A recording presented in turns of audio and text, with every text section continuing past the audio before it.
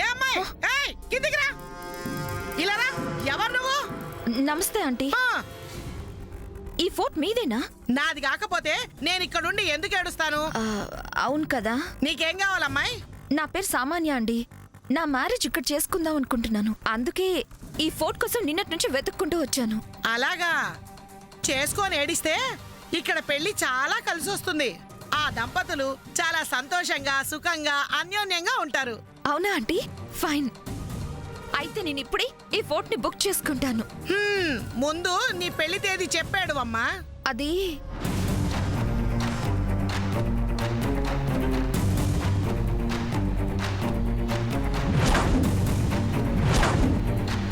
అలాగే, అడ్వాన్స్ ఇస్తే రసీదు ఇస్తాను. మర్చిపోయి ఏడ్చాను. ఇక్కడ పెళ్లి అంటే రోజుకు 2 లక్షలు అవుతుంది. No problem aunty.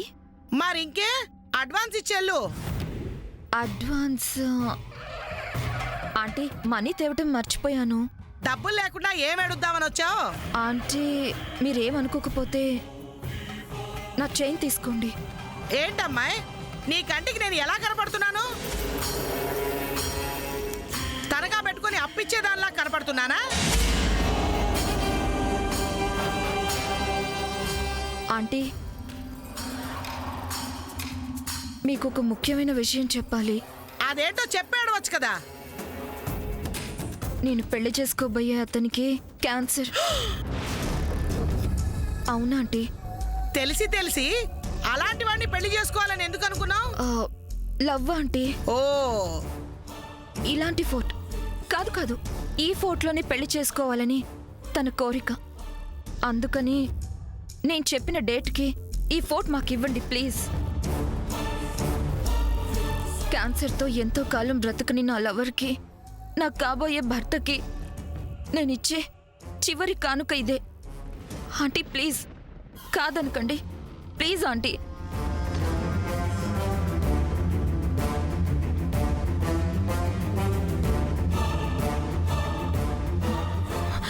Aunty please aunty, కాదనకండి ప్లీజ్ ఆంటీ, ప్లీజ్ ఆంటీ, కాదనకండి ఆంటీ.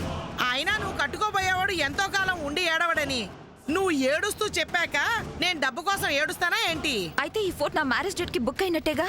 అలాగే, నీ 5వ తనం ఎంతో కాలం నిలబడకపోయినా ఇక్కడ జరిగే పెళ్లి మాత్రం నీ జీవితాంతం గుర్తుండి ఏడుస్తుంది. ఉండు, రసీదు ఇస్తాను, తర్వాతే డబ్బు కొడుదు గాని. Thanks aunty, thanks a lot. అలాగే.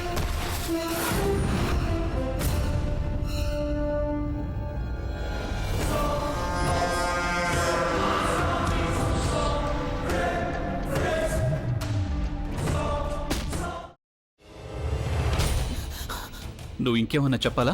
ఇంకేమన్నా అబద్ధం చెప్పాలనుకుంటే చెప్పేయి.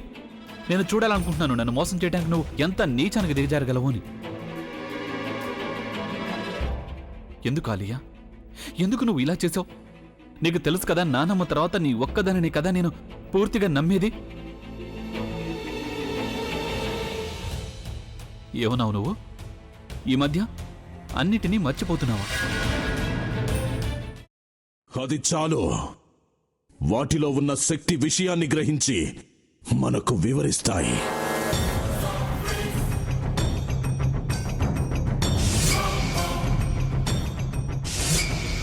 ఎవరు ఆ దండ విప్పొద్దు, గది తలుపులు తెరవద్దు.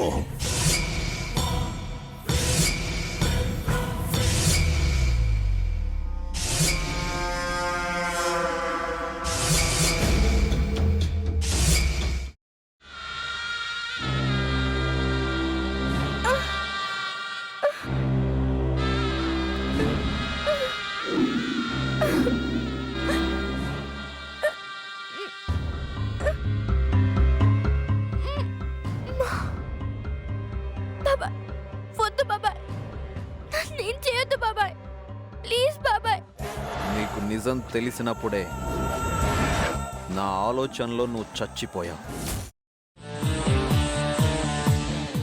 ప్లీజ్ కొంచెం తినండి ప్లీజ్. భీమారావు గారు, మీరా? ఇగో మీరా కాదు సక్కుబాయ్. అవును, మీ పనామే లేచిపోయిందని చెప్పి కంప్లైంట్ ఇచ్చినావు కదా. రేయ్, ఆయన కంప్లైంట్ ఇచ్చింది లేచిపోయిందని కాదు, కనిపించడం లేదు అని. అట్లానా? సరే మేడం. ఇడియట్. ఆ వంట మనిషి పేరేంటన్నారు? రత్తాలు మేడం. ఏం పెద్ద మంచి నీ వంట మంచిని కూడా మేడం అని పిలుస్తావా? రేయ్ హాఫ్ బ్రెయిన్,